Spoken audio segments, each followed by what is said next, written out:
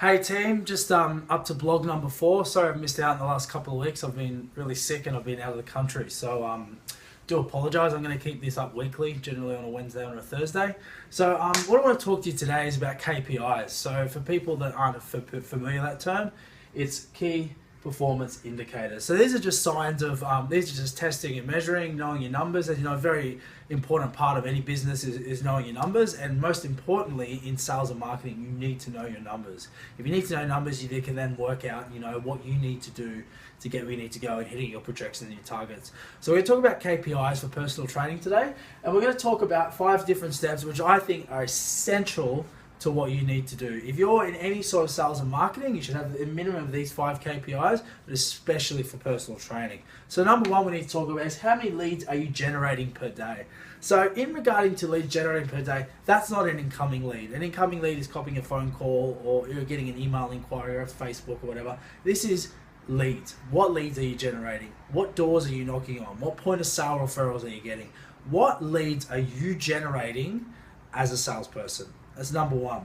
Number 2 is how many consultations are you booking? Now, I've told you, said it before, I was saying, and the most important thing is you can have all the leads in the world, but if you're not ringing them up and booking them in, what's the point? So we want to have a look at how many consultations are you booking weekly and how many consultations are you booking daily. This is a really good, the big make or break, guys, I'll tell you right now, is getting on the phone. A lot of people are scared of it. I really enjoy it.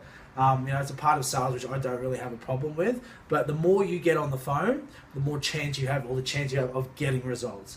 Number 3 I want to talk about is how many consultations are you showing up from the ones you're booking on the phone. So generally, a good show rate is anywhere from 50% and above. So if you're getting below 50%, you need to really have a look at, how much you're qualifying these people on the phone, how much rapport you're building, but we'll go into that more in depth in another post. Number 4 is of all the consultations showing up, how many are we converting? So we want a conversion rate. So, how many people are showing up? If you're getting 4 people to show up and you're converting 2, your conversion rate is 50%, okay?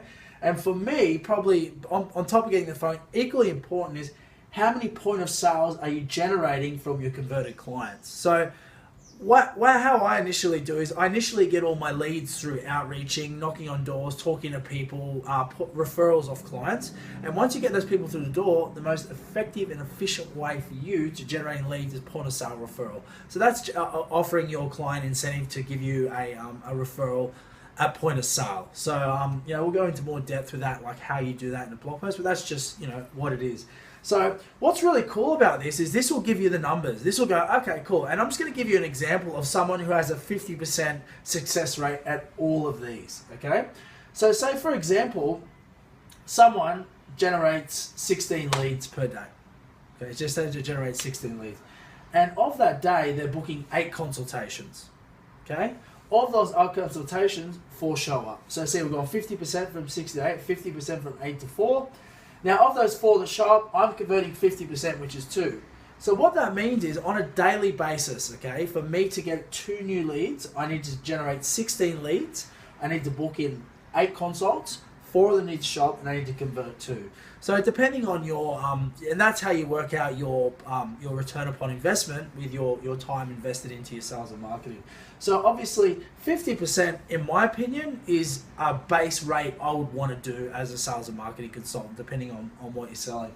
My rate is about 73%. So I've been working long and hard. I'm far from the best at it, but I think that's a reasonable rate. If someone coming into 70% plus, they're doing pretty well. So how you use these numbers to work out your targets and goals is hypothetically, say, if you want to convert 4 clients a day, all you need to do is double. If you've got a 50% conversion rate, so if I want to go 4 converted clients, I need to get 8 people to show up, which means I need to get 16 people booked in, which means I need to get 32 leads generated. So this is on a daily. Obviously, you're probably not going to get 16 consults booked in a day. This is going to be done for weekly, but this is just showing you how having your key performance or key performance indicator or KPIs, you can then work out, okay, cool, if I'm getting $100 per client per week, say you're a high-end sort of PT studio, my goal is to make an extra $1,600 in revenue per week. In a month, I need to get 16 new clients. So that can be broken down into getting 4 new clients per week, etc., etc. So guys, that's KPIs. That's how you use them. I hope you got some value out of that. Thanks.